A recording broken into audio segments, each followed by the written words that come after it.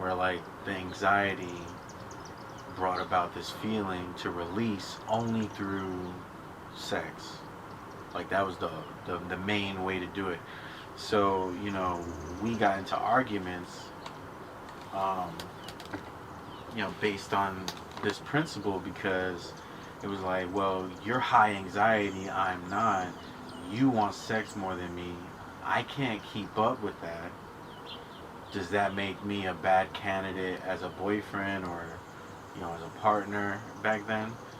You know, so that was being brought into question, which is naturally genuine, right? Because is this person gonna fulfill me, right? That's one of the main criteria is you get with someone. Let's be honest, right? Like, I need you to fulfill me, not in everything, but in some departments. And whatever my criteria is, that's fair, right? So one of those criteria was she wanted me to have more of a higher sexual drive, you know, and a lot of that too was about other stuff which I'll let her talk about if she chooses to, but we're just talking about how anxiety Yeah, because I'm looking at him. Sex. Yeah. Because it's like, yes, okay, that's true. But I also remember. This boy, yeah. Please elaborate. Add to. Like in the beginning, that he wanted sex all the time. Even when I would say I can't, or the doctor said no because of this, whatever, like that was, oh, it's forbidden. I want it. You know, like it became that. Yeah. Or where I used to work, you know, I used to obviously wake up early, get ready. He used to always want some in the morning before I left. To then later find out, right, that he's watching porn when I'm not home. So it's like, dang, nigga, what is this?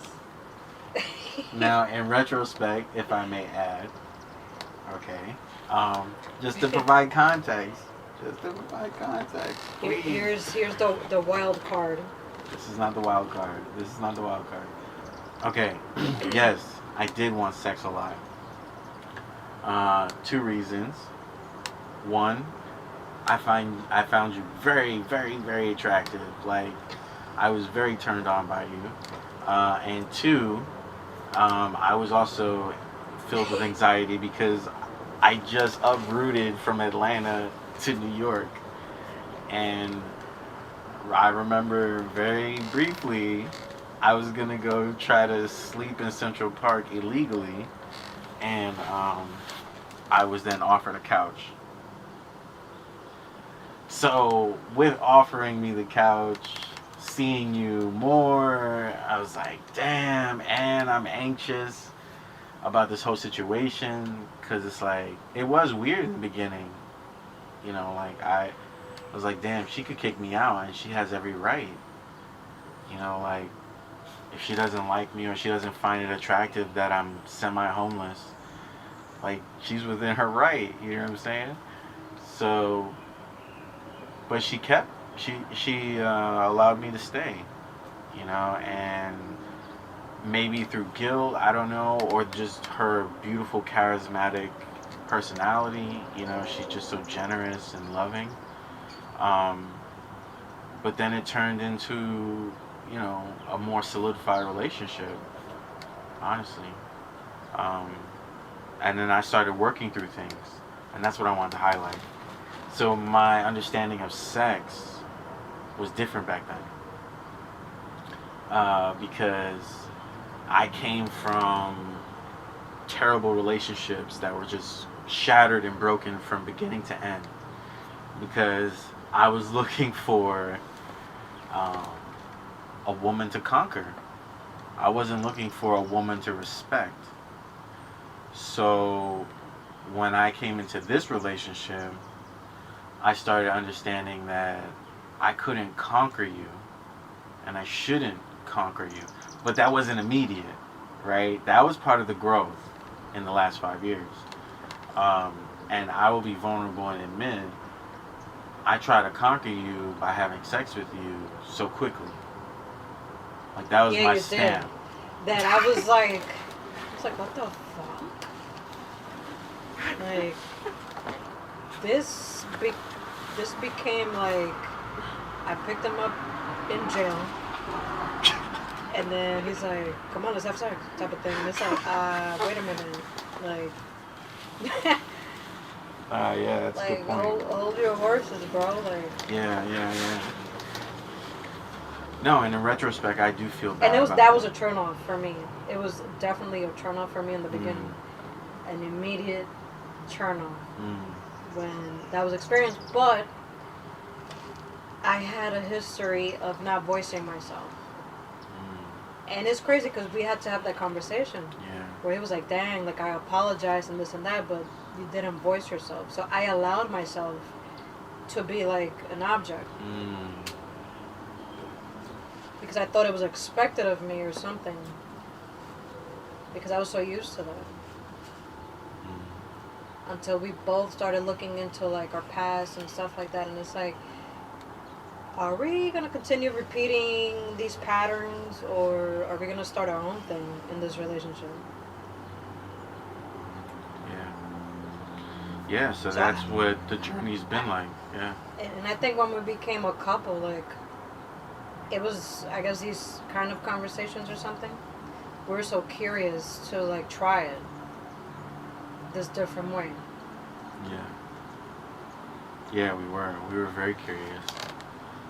And I think that's why we've really like stayed connected, because we've had some serious arguments, but then something, well, I'll speak for me, something inside me was communicating to me and saying, nah, this is not even a valid reason to leave. You haven't even really tried.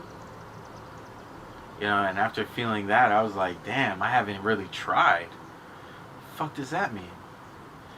You know, and I started to really look into it, and I really tried to listen then. And she was telling me things, and I was just like, this is new, this is different for me, but, you know, I'm gonna try, you know? And I think that since that point, I've just been trying. I may have gotten better in some places, but I'm still trying heavily. Like, it's hard for me because I'm an INFJ. Not solely because of that, but just how I think and how I'm trying to conform myself, but I'm an anti-conformist. Yeah. You see what I'm saying? Like Aaron, he's a type that he'll just walk around naked in the world. Yes, that's what I want. I'm a nudist. So. But then, oh, this is a great example. Yes, because as a nudist, in order to be in a relationship with you, I have to put clothes on. And so I'm choosing to put clothes on so I can be with you.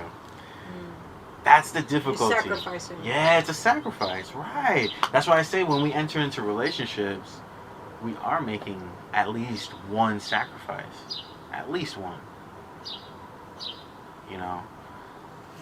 And then along the way, you see you've made many. And they look like change in yourself. You know, I've changed tremendously. I have people that don't even fucking recognize me anymore. People that don't want to even be my friend anymore. That's how much I've changed.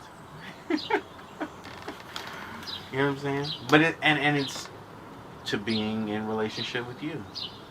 It caused me to ask questions about myself.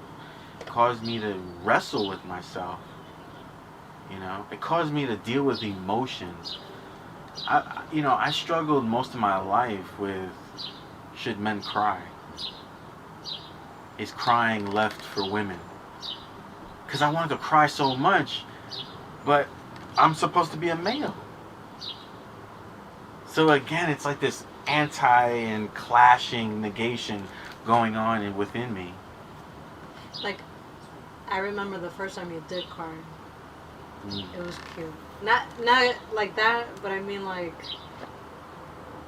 it was like, wow, I've never seen like a man cry. Wow.